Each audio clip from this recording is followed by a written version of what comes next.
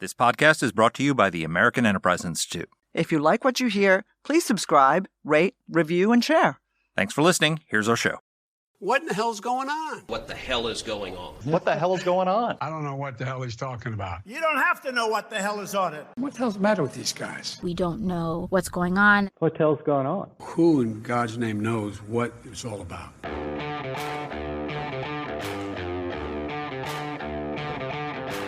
Hi, I'm Danielle Pletka. I'm Mark Thiessen. Welcome to our podcast, What the Hell is Going On? Mark, what the hell is going on?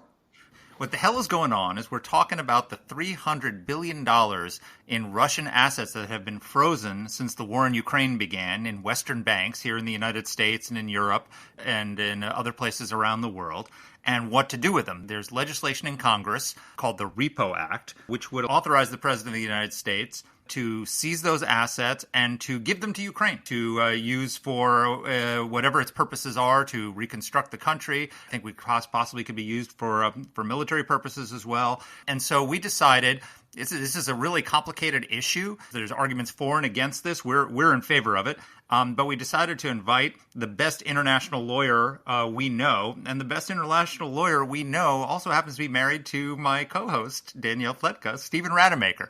So we're having Danny's husband on the podcast. So we'll give you a little insight into what the dinner table conversations are like at the Pletka-Rademaker household. Okay, this is actually what our dinner table conversations are like. You are such geeks. But no, look, the reason we wanted to talk about this is because the question of spending U.S. taxpayer dollars on Ukraine has become fraught. Now, Mark has made extraordinarily eloquent and I think very persuasive arguments in the Washington Post and elsewhere on Fox News about this. But I think that, the idea that somehow U.S. taxpayer dollars, hey, let's let them flow, and $300 billion in Russian assets are sitting there protected, oh, God forbid we should touch this precious foreign money is a little bit ridiculous. I will tell you, Mark, and I'm actually sorry now that I didn't ask Stephen about this. One of my... You know where to find him. I do, but I can't get him back on the recording. One of the things that has been really, really high on my ranting, writing agenda over the last few years has been corruption. And the thing that has always irritated the hell out of me is that somebody dies. Idi Amin, Mobutu, Gaddafi, and within moments, everybody says, well, we are outraged. He's a thief, and he has billions and billions of dollars in foreign bank accounts, blah, blah, blah, blah, blah. Okay, if we knew that, and obviously we knew that, why didn't we do something about that? So apropos of that, Vladimir Putin is a massive kleptocrat. As Alexei Navalny exposed, which is one of the reasons why he was in prison, because he and Vladimir Kara-Murza and Bill Browder exposed the corruption of the Putin regime and his cronies. So one of the things that I want to see us do is not simply go after Russian state sovereign assets, and that's the $300 billion you're talking about. I wish that we were going after Putin's assets. Now, Putin hides them in other people's names, his chef, his chauffeur, whoever it is. But at the end of the day, that's the Russian people's money, and it should be the Ukrainian people's money. And I really wish that we could get that as well. Well, so what you're saying is there's more than $300 billion in assets to be had. I'm in favor of all of that. Yeah. Let's do it. But, the arguments against this are this argument of sovereign immunity, which is the idea that, okay, state assets are protected differently than the assets. I mean, we seize assets of oligarchs all the time. You've seen cases of, some oligarchs, mega yacht in Monte Carlo being seized and sold off and given to Ukraine and all the rest of that. That's one thing. When you start seizing state assets that are in international banks, well, There's this principle of sovereign immunity that, well, they could do it to us. We don't want to start an global economic war where everybody's seizing each other's assets and all the rest of it. And so there's a practical argument. And then there's the principal argument, which is we as conservatives believe in sovereignty. We believe in, unlike the globalists who want to have world government and take down borders and all the rest of that and give power to the UN, we actually believe in state sovereignty. We believe that our sovereignty is something we protect. We don't want to degrade the principle of state sovereignty. Well, the answer to that is, what did the Russians do when they invaded Ukraine? They violated Ukraine's sovereignty. They invaded a sovereign nation and tried to seize the entire country. So if Russians could go and try and seize the entire country of Ukraine, what is wrong with turning around and saying, no, we're going to seize $300 billion of your assets and give it to Ukraine in reparation for the damage you did to them? Right. No, look, this makes perfect sense. Let me put in a footnote here. I freaking hate that expression, globalist. Well, because it's been changed by the populists. Because what they have done, and this is something actually I wrote a piece in 2000 in Foreign Policy taking on the globalists, and what globalism used to mean was, the people who believe in world government. The people who believe that the United Nations is sovereign and that we can't do anything without the permission of the United Nations and permission of international institutions. And the populist right has taken that term and turned it into anything that involves internationalism. And so I still hold on to the real meaning of globalism. I'm anti-globalist, but I'm not I believe in conservative internationalism. But we digress. Right. Okay, but it has the way that some people use it. It has real nasty anti-Semitic overtones. It's kind of like cosmopolitan in the olden days. So I hate that term. Period. End of story. Anyway, now that you and I have had this out, and you have boldly taken back globalism to its original meaning, why don't we talk to our guest? Stephen Rademaker is currently senior of counsel at Covington and Burling, one of Washington's most prominent law firms. He has lots of experience working on national security issues. I can't believe I have to read this from the paper. I don't actually have to read it from the paper. He's worked both for the National Security Council and for the Congress, for the Senate, and for the House of Representatives. At Covington, Stephen helps clients navigate international policy, sanctions issues, and CFIUS. And we should note, he is a registered lobbyist on these issues that he's talking about with us today. He lobbies Congress on issues like the Repo Act. So FYI to everybody. Here's our interview. Stephen, welcome to the podcast. It's a pleasure to be here, Mark. It's great to have you. So, we've got Ukraine aid held up in the House right now, and there's this pot of $300 billion in Russian assets sitting out there waiting to be taken, and there's a debate over whether it should be done, how it could be done. You're an expert in this area. Explain to us, first of all, what's going on with these assets and how they would be seized if Congress were to decide to do that. Sure. So it's a very interesting issue. Immediately after the invasion occurred in February of 2 years ago now, the United States and all of the governments in Europe, including the government of Switzerland, which had never done anything like this before, all froze the assets of the Russian Federation that were within their jurisdiction. Isn't Switzerland where everybody always went to put their assets so they wouldn't be seized? Exactly. I mean, I think nobody saw even Switzerland freezing Russian assets, because Switzerland was, that was where you took your assets when you needed absolute security. But I don't think Vladimir Putin saw this coming. I mean, he thought he was sitting on about $600 billion that he could draw on to conduct the war. And after day one, he lost $300 billion of it, because it was about $300 billion that were in these foreign accounts that were frozen. And the question ever since has been, is the plan just to return this money to Russia after the war?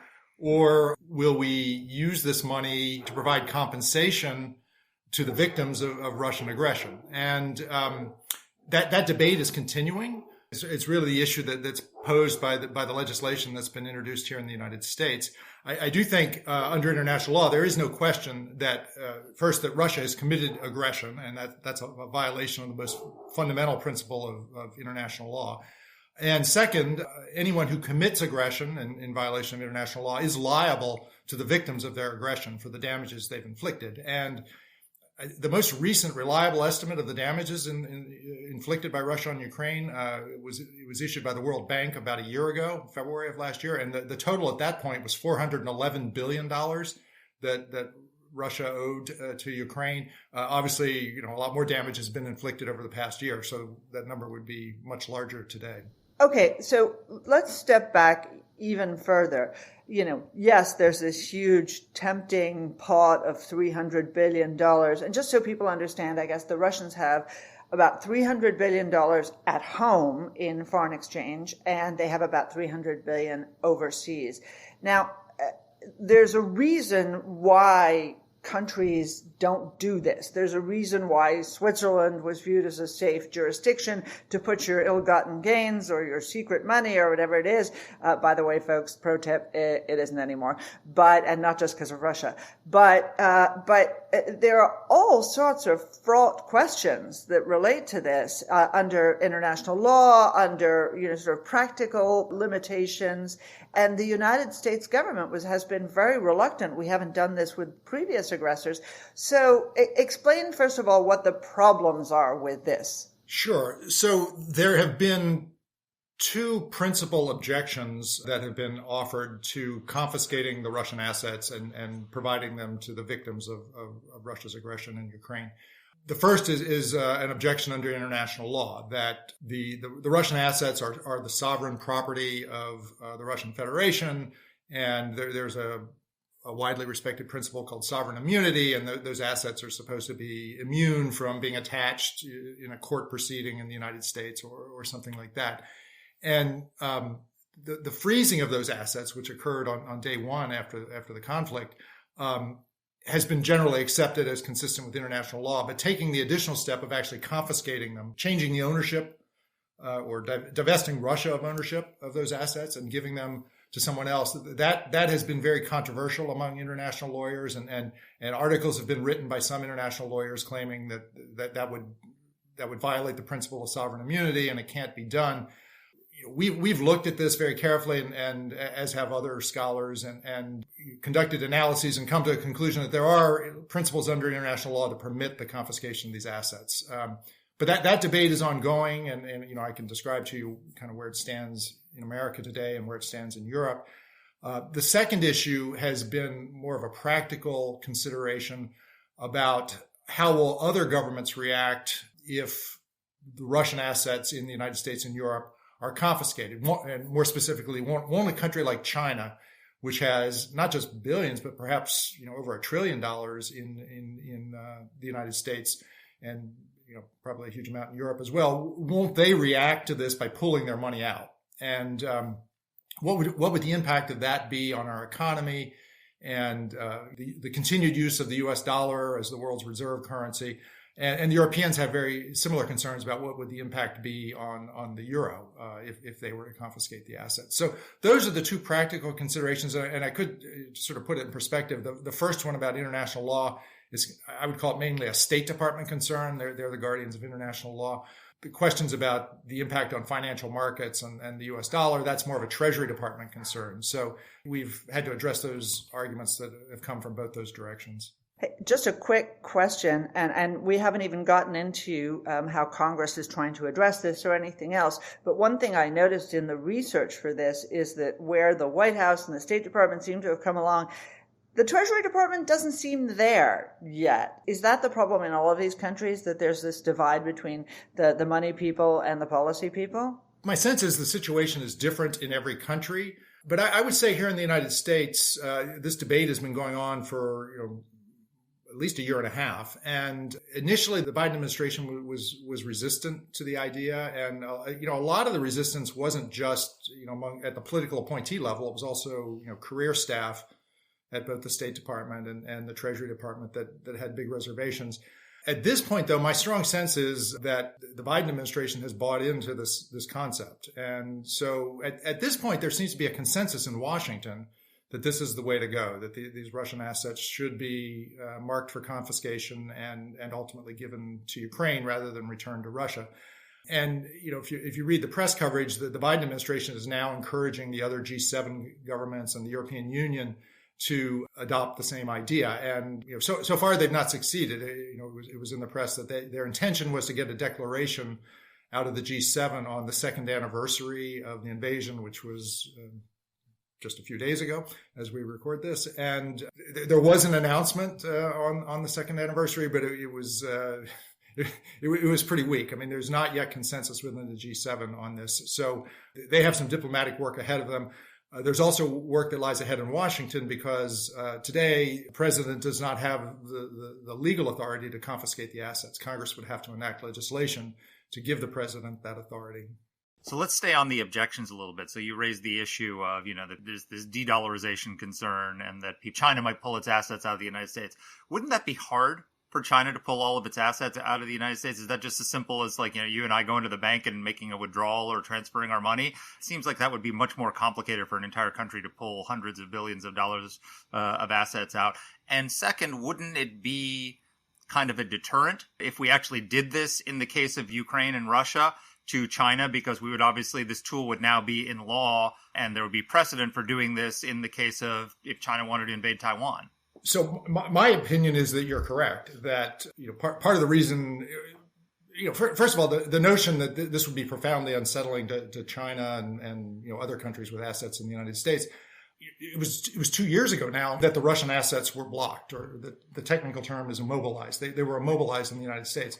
And, China didn't react to that by immediately pulling its assets out. And the idea that China would only care if their assets were confiscated, but would be fine with them being frozen indefinitely in U.S. bank accounts, that doesn't make sense to me. It has to be the case that China would be unhappy if their assets were frozen. And we've seen their reaction to that happening 2 years ago.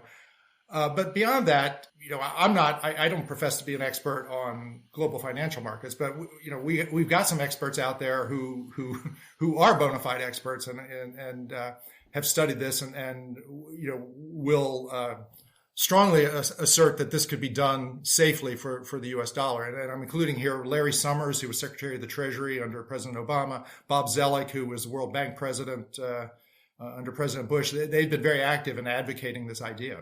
The idea that sovereign immunity can protect you from asset seizure, didn't Russia violate Ukraine's sovereignty? How do you justify hiding behind sovereign immunity when you just violated the sovereignty of a country by invading it and killing hundreds of thousands of its citizens and destroying its infrastructure, targeting and destroying its infrastructure, and then all of a sudden you're going to cry that, we're taking your sovereign assets away? Well, those who say that there's no basis under international law for confiscating these assets would basically reject the argument you just made. The supporters of confiscating the assets rely on exactly that argument.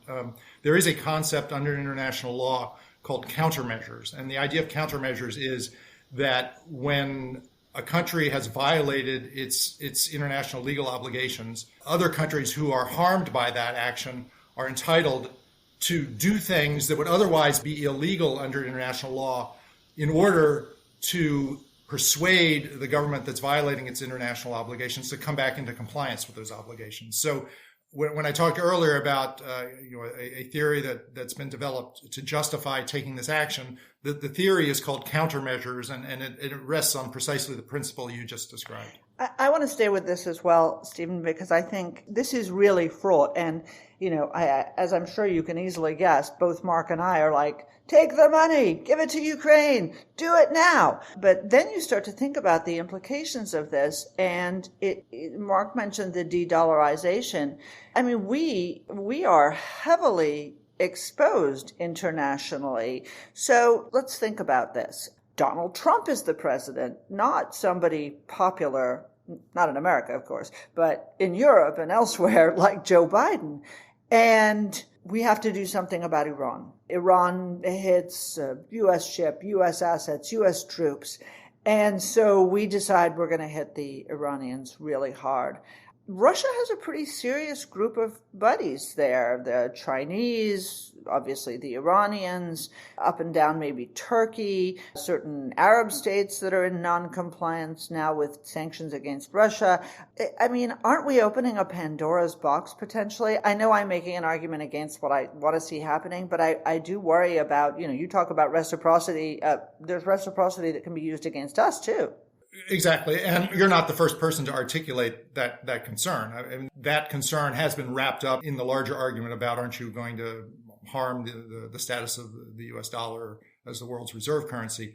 And it's not an insubstantial concern, but I think we can all agree that the United States does not commit naked aggression. American allies do not commit naked aggression.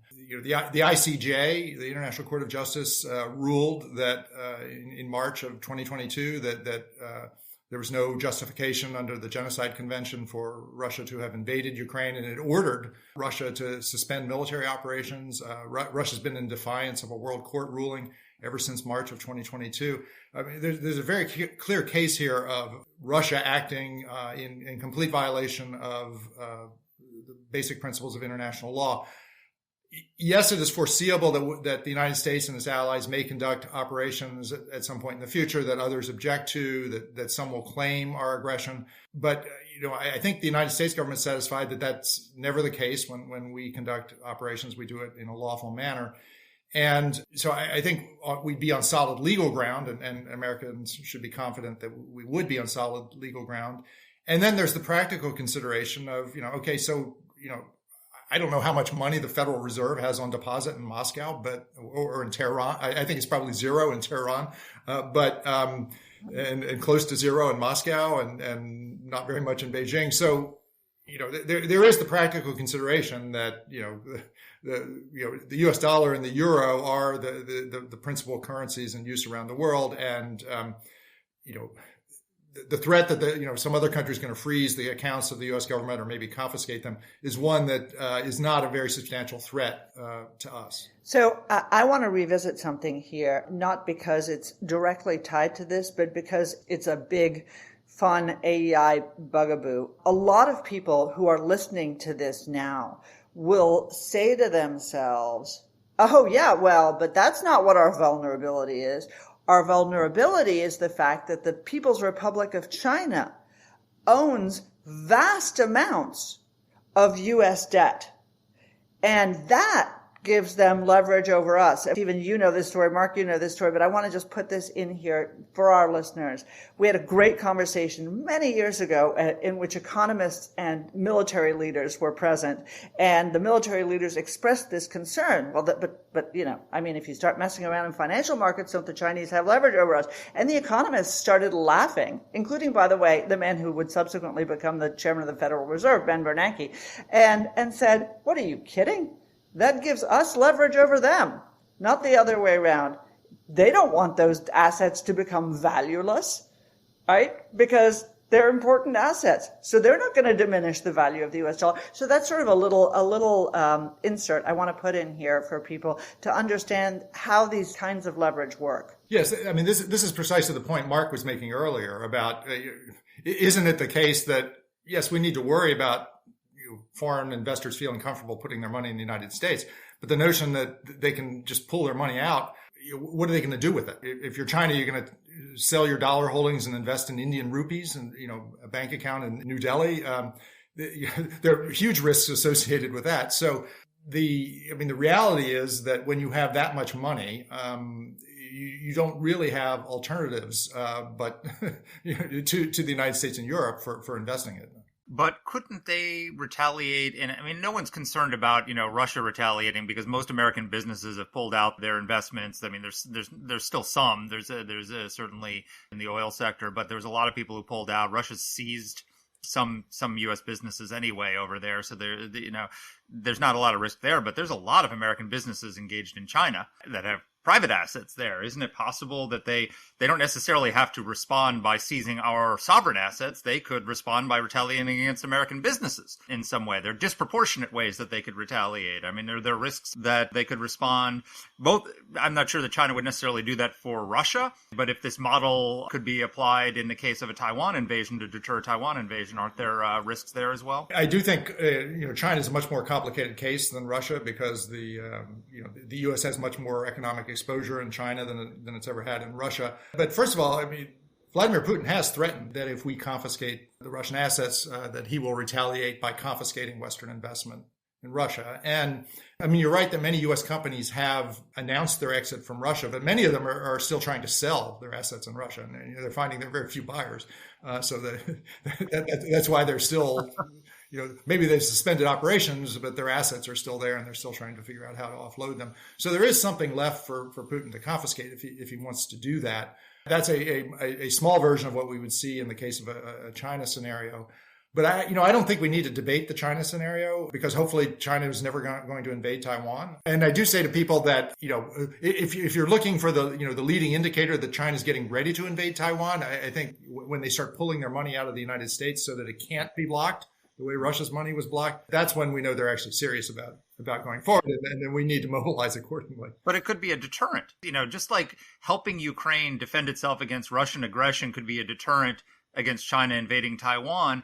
This kind of financial warfare, this kind of financial penalty could be a deterrent to China as well, couldn't it? I think so, yeah. Okay, so let's talk a little bit about the authority the president has. So there is a bill before Congress. It's called the Repo Act, and I want you to tell us about that. But obviously, the first thing that needed to happen here is that the Biden administration's opposition needed to be changed. And they really went 180 on this. Why were they against and why did they change their mind? So first, let me explain. The legislation is necessary because today the president has authority to confiscate foreign assets if the United States is at war. If Congress had declared war or we were conducting military operations against a foreign government, the president would have existing statutory authority to confiscate the assets of that hostile government. That same authority doesn't exist if we're not at war. And so the Repo Act, which you mentioned, would expand the president's authority to apply in the case of in a case like the one we face with Russia and Ukraine. It's rare for an administration to object to Congress trying to give the president more authority, more legal authority to do something, because, even if the administration thinks we'll never use this authority, that's not a reason not to have the authority. They figure they can trust themselves not to abuse the authority. So I was always a little mystified that the Biden administration initially was resistant to the idea. I don't think they ever publicly declared their opposition, but the signals that they were sending were unfavorable. That has changed in the last 4 or 5 months, and I think press stories on this have suggested that the trouble they're having persuading Congress to approve continued U.S. military assistance to Ukraine is part of the rationale why the Biden administration feels they need to be doing more to signal their support for Ukraine, and I think they've recognized that this is something else they can do. I also think it's kind of embarrassing for them, difficult for them to maintain the position that this is the most vital issue on the foreign policy horizon, absolutely critical that the United States do something about it, but we're dead set against confiscating Russia's assets. I don't think they ever wanted to publicly have to say that, and now they've kind of rethought their position to the point where actually they'd say we favor the enactment of the Repo Act at this point. First of all, I love the name for people who don't know it. It's the Rebuilding Economic Prosperity and Opportunity for Ukraine Act, REPO, which is a great name. I would, however, suggest that in the light of recent events, we rename it the Navalny Act, just like we called it the Magnitsky Act when we authorized sanctions. I think that letting Vladimir Putin know that this is the direct result of his murder of Alexei Navalny would be a positive outcome. Let me ask you a practical question. There's $300 billion in these assets that have been seized, not just by the United States, but by other governments. My understanding is there's only 8 to 39 billion of those are here in the U.S. Is that correct? So does this require, how much of this can we seize here in the United States, and how much of this requires our European allies, who are not usually as forthright as we are and courageous, to do the same thing? I don't think there's ever been a proper accounting of how much Russian money there is that's been immobilized around the world. The number that gets thrown around most commonly is about 300 billion worldwide. The one solid number is that there's about $200 billion in Belgium, which sounds a little strange, but there's a single bank there called Euroclear that is involved in processing payments. And for some reason, 200 billion of the 300 billion is in that single bank in Belgium. How much is in the United States? You see varying numbers. I think if you ask the Biden administration, they'd say it's about 5 billion that's actually in the United States. So one of the things that emerges when you look at this is the United States can exercise political and economic leadership here, but what the United States ultimately can contribute financially from Russian assets is a pittance compared to what can be contributed from the Europeans, given that that's where most of the Russian money is. So in a way, the United States is what's at issue here is, does the United States want to set an example for the Europeans. And as a by the way, I should say the actual example setter here is Canada. Canada over a year ago enacted legislation authorizing the confiscation of Russian assets in Canada. So, I mean, I guess one way of looking at the challenge for the United States is are we prepared to be as bold as Canada in taking on the issue of the Russian assets? God. Wait, but didn't you tell me that even though the Canadians have the legal authority, they haven't actually done it yet? That's correct. Well, and there's a wrinkle in their legal authority that they don't want to do it alone. They want to do it in combination with allies. And, that's the position of the Biden administration, too, that it's not their legal position, but, I think as a practical matter, they don't want the United States to proceed alone. They want us to do it in coordination with allies. And that Treasury Department concern about the impact on the U.S. dollar, obviously that will be much mitigated if no one who's worried about this is able to say, well, I better put my money in Europe because it'll be safe there. And take it out of America, because if Europe does it at the same time as the United States, then there isn't that option of moving money from the United States to Europe, and both currencies will be equally affected. So tell us where this is in Congress. I mean, one of the things that I know I've urged very strongly when talking to our friends on Capitol Hill about this is that whatever package ends up coming out with the Ukraine aid, the Ukraine military drawdown, should actually include the Repo Act. Where is this? What's going on? And you can also say, I have no idea, because no one has any idea what the hell is going on Capitol Hill. Well, I do think the fate of the Repo Act is somewhat mixed up with the question of what's going to happen to the Ukraine funding. But there are freestanding bills that were introduced in the House and the Senate. The bill was introduced in the House by Mike McCall, who's the chairman he's the Republican chairman of the House Foreign Affairs Committee. He has Democratic co-sponsors, so his bill is bipartisan. Likewise, in the Senate, the ranking Republican on the Senate Foreign Relations Committee, Jim Risch, is the lead sponsor of the Repo Act. He has Democratic co-sponsors, Sheldon Whitehouse, who's a member of the committee, and others. Both bills have been marked up in committee. In the Foreign Relations Committee, there was one no vote. Senator Rand Paul of Kentucky, which probably doesn't surprise you to hear that. There were two no votes at the House committee markup. Those two no votes were cast by Democrats on the House Foreign Affairs Committee. But, in both cases, overwhelming support in both committees. And as I indicated, the signals the Biden administration is sending are that they favor enactment of this legislation as well. So I don't think at this point the ultimate outcome is in doubt. I think the pieces are in place for it to be enacted. The question is, what will the vehicle be? Will it be the Ukraine funding bill? Will it be some other, continuing resolution, some other appropriations measure? Will it be the National Defense Authorization Act later this year? I don't know. But, at this point, the legislation commands broad support in the United States. And I think we have to credit Chairman McCall and Ranking Member Risch for the leadership they provided, because when they started down this road, it was very controversial and it wasn't clear that they would succeed. And really, they've changed minds and built coalitions to support the measure. And I think their legislation's in pretty good shape. And so now the debate really shifts to Europe, because the Europeans are not yet at the same place, and persuading them to take the same step, to create the same authority, and then to collectively exercise that authority with the United States. That will be the next challenge once the Repo Act is enacted.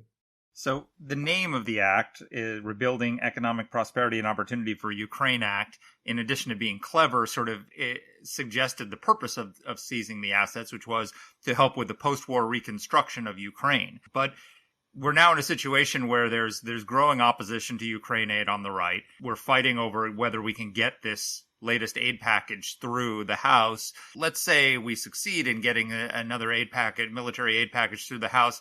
It's looking increasingly unlikely, like an additional aid package of tens of billions of dollars military aid could get passed through. And we don't know what's going to happen with the election, and whether Donald Trump will come into the presidency, whether he would be supportive of Ukraine aid, or even if Biden gets reelected, whether Republicans would go along again. Could this money be used instead of for reconstruction, for military aid, for military purposes? Could this be repurposed for that purpose down the line after this package? How do we make sure that Ukraine isn't in the situation it's in right now, where they're rationing artillery because Congress hasn't gotten off its butt and passed the weapons package. Well, I suppose the practical answer to your question is, well, yes. I mean, the money could be made available to Ukraine as military assistance rather than for purposes of reconstruction. And of course, there are some in the United States, including those who oppose providing further U.S. military assistance, who say, well, let's not. We shouldn't ask the taxpayer to pay for this. Let's just use Russia's money instead. It sounds like a glib answer until you recall that there's only $5 billion in Russian money in the United States. So that $5 billion of Russian money that could be repurposed for military assistance is a drop in the bucket compared to the overall Ukraine account appropriation that's been requested, which is 50 or 60 billion. So I mean, it's hardly a substitute for the assistance that's needed. But secondly, I don't want to go into the international law weeds with you, but the justification under international law for confiscating these assets is very strong. If they're being confiscated to satisfy a debt that Russia has to Ukraine, it's much weaker and frankly much harder to justify the action if basically we're using Russian money to fund U.S. foreign policy or European foreign policy, which is what we'd be doing if we were using the money in lieu of foreign assistance that we would otherwise provide. Well, I guess you could argue that the money could be provided to Ukraine in reparation for the damages done to its infrastructure and its economy and all the rest of it. And once it's in Ukrainian hands, it's up to them how to spend it. If you have a settlement because somebody trashed your car and you decide not to spend it on rebuilding your car, but on something else, that's your choice. But also, couldn't this be, let's say we get a situation a year from now where the U.S. is just not providing any more military aid. The opposition is such. The Europeans can't shoulder the burden of providing the kind of military aid that we do. Wouldn't this be a way to keep the Ukrainians afloat, that the Europeans could say, okay, the U.S. isn't doing it. Donald Trump is saying Europe has to do more. Their way of doing it is to provide Ukraine with this money so that they can buy the weapons. Again, I can't exclude that could happen, but I think it's very unlikely to happen. The situation today is, we've already discussed what the argument is under international law for confiscating the money and using it for reconstruction, and that's this countermeasures argument. That idea has been accepted widely here in Washington. That idea has not been accepted in Brussels and Berlin and Paris. I mean, their international lawyers still reject that idea. And when I said the argument is much weaker still, if you want to use the money just to provide, sustain the government and not to compensate for debts that Russia otherwise owes. So I think if we have a hard time persuading the Europeans to go along with this, to providing the money as compensation to the victims, it will be much harder still to persuade them to confiscate the money in order to fund military assistance to Ukraine. I think their lawyers will be much harder to bring along on that because, as I say, the argument that you have to make to do that is much weaker. So I think it's going to be hard enough to get the Europeans to do what the Repo Act would enable the United States to do. I think it would be vastly harder to get them to agree to spend the money just to arm and sustain the Ukrainian government. Exit question from me, Stephen. Okay, this passes in the U.S. Congress. We make some progress potentially with the Europeans, and we get a consensus, let's say, of Ukraine supporting countries in the West and maybe even in Asia as well. What do the Russians do? Putin has threatened to retaliate, and he's threatened that he'd retaliate by confiscating Western investment in Russia. As Mark pointed out, most of the investors have already decided they're exiting, and most of them have written off their investments. So I think there will be some complaints about that, but those who invested in Russia, did it with their eyes open, and most of them have taken big losses already. So I think that's, I don't think we can allow that concern to stand in the way of doing the right thing by Ukraine. And let me just flip this around. I mean, someday this war will end, and at that point, the world's attention will turn to how do we rebuild the economy of Ukraine? How do we put these people back to work, get them on their feet? And at that point, are we going to just release $300 billion and, hand it back to the Russians and say, good job, here's your money now, and then we will foot the bill for rebuilding Ukraine? I mean, I suppose that's Vladimir Putin's answer, right? Give me my money back and you pay to rebuild the country I destroyed. But I just don't think that would be a sustainable answer. So I think there's an inevitability to this, that this Russian, and I think in Moscow they even know this, that they're never getting this money back. This money will be used to rebuild Ukraine, and they've accepted that, at least intellectually, and we ought to accept it too, and move in that direction, not least because it would be reassuring to Ukraine. Well, in addition, if this war ends, it's going to be because the Russian military has suffered such devastating losses to its military capabilities. Why would we give them $300 billion to rebuild their military capabilities? The one national security benefit, one of the major national security benefits to the United States is that the Russian military threat has been decimated, and the threat to NATO and the threat to Europe is lessened. So I don't know why we would want to rebuild the Russian military by giving them this money.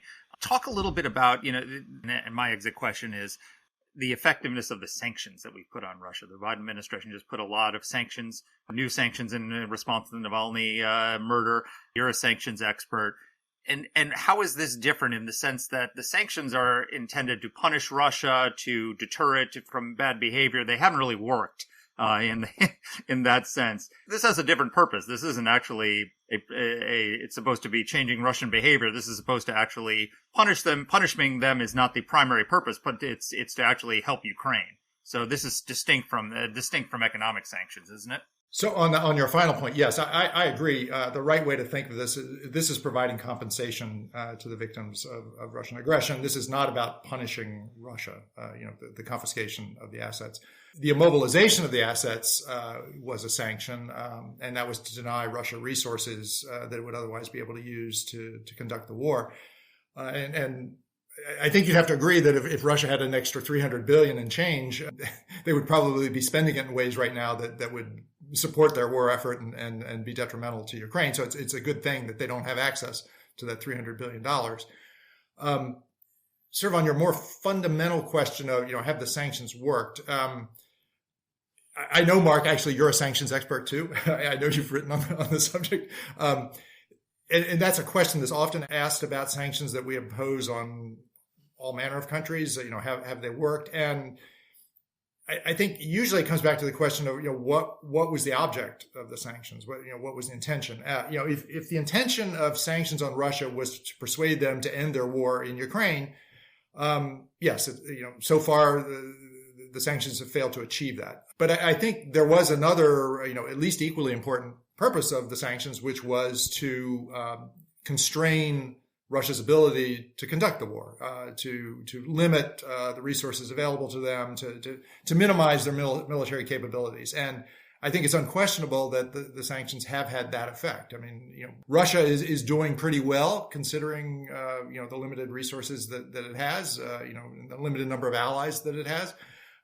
They would be doing a lot better if all the sanctions that are in place hadn't been put in place, I would say. This is great. Thank you. Really, a nice, lucid, clear explanation. I can see why they like you at Georgetown. and the Rademaker household. It's true. Yes, well, here there are other extenuating circumstances. Let me just say, I've been a spectator for years to these interviews that you do of everybody from President Trump to Natan Sharansky, and I feel like I've been called up from the minor leagues to bat for an inning or two in the majors. So, don't let it go to your head. For having me. Thank you, Stephen. You're still in the minor leagues at home. All right. Thank you, Stephen. Awesome. Bye. All right, Danny, how did Stephen do? He did fine. I will say. I thought he did better than fine. No, all right. A little bit more credit. You can come and kiss him goodnight tonight then. But seriously, one of the things that concerns me here in all professional seriousness, Mark Thiessen, one of the things that really concerns me here is this narrative about the Biden administration, right? In fact, I think it's really worth underscoring, given the current environment in which Joe Biden is trying to blame Ukraine's eroding position against Russia on Republicans, to note what Yaro Trofimov said in our podcast, which is the reason that the Ukrainians are not prospering as they should be in their war to defend themselves against Russian aggression is because the Biden administration has freaking slow-rolled everything. And, you know, I think that point needs to be made again and again. And this interview today has illuminated the exact same thing, which is that 2 years into a war of aggression by a sovereign nation against another sovereign nation, the Biden administration is still not 100% all in on the notion that we shouldn't take $300 billion in sovereign Russian assets and give it to the Ukrainians. To me, that is emblematic of every single thing that they've done in this, which is a freaking day late, dollar short. That is their foreign policy, except it's a year late and billions short. Well, maybe a day late and a ruble short in this case, right? But so let me just push back as an aside on the notion that the Ukrainians are not prospering on the battlefield. They've taken back half the territory that Russia seized. In 2023, the Russians didn't gain an inch of territory, and the Ukrainians destroyed a third of the Russian Black Sea fleet despite not having a navy. And they did that largely not because of the Biden administration, but because of the Europeans, the British and the French, who gave them Storm Shadow missiles and the French equivalent of the Storm Shadow missiles, which are the equivalent of the long-range ATACMS that the Biden administration will not provide the Ukrainians. And that allowed them to hold the Black Sea fleet in danger. And as a result, the Russians have pulled most of their navy out of range of the Ukrainians and pulled them back, which is a big military victory. So there was a huge victory on the Black Sea for Ukraine last year that gets completely overlooked. But I digress. You're absolutely right. The Biden administration, as Yaro pointed out, I think one of the most interesting things from our podcast with Yaro is that he pointed out that if we had given them everything, despite the fact that we're still not giving them long-range ATACMS, like, they're considering doing that now. It's like, okay, 2 years into the war, we're considering giving them these long-range weapons. If we had given them everything we're giving them now, the Abrams tanks, the Patriots, the longer-range HIMARS, that if we had given them that now, they would have, and we had done that right in the first few months when the Russians were on their heels and pulling back from Kyiv after their failed assault, this war would be over by now. So it's the Biden administration that has elongated this conflict and turned it into what is derisively called a forever war. And now we got a problem, which is that the Russians have dug in, they've mined this front, and it's much harder because when you let people build up fortifications, it's hard to cross them. So I want to do a podcast soon. I'd like to bring Jack Keane or Ben Hodges or some really smart military leaders to explain to us, how does Ukraine win this militarily? Because I think that there's this concept out there now that this is just a frozen conflict, that this line is going to stay there. It's never going to change. The Ukrainians can't win. Maybe the Russians can't win, or they can win if we lose our will over time. But the Ukrainians can't win this. And I don't think that's true. But I don't have the military expertise to say how it's going to happen. I know the people we respect who have military expertise believe that they can win it. And so I think one of the upcoming podcasts we'd like to do is, how does actually Ukraine win this war? Great. I think that's a great idea. And, I knew you had to have one once in a while. So I had to get that on. This was such a nice podcast. I wasn't going to say this, but, I have to put up with this for an hour once a week. Stephen has to put up with that every day, 24 hours a day. I will not dignify that comment with a response. Both sides of barbs, Danny. I suffer them briefly, but this is Stephen's reality, guys. This is Stephen's reality. I can't wait till we have Pam on. Thanks, folks, for being with us. As always, see you next week and take care. Take care. Bye.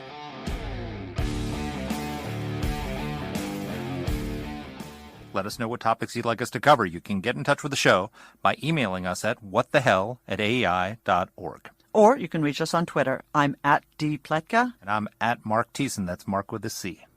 Please rate and review the podcast. If you like the show, please subscribe, share it, comment on Apple Podcasts, or wherever you're listening to this. Thanks for listening.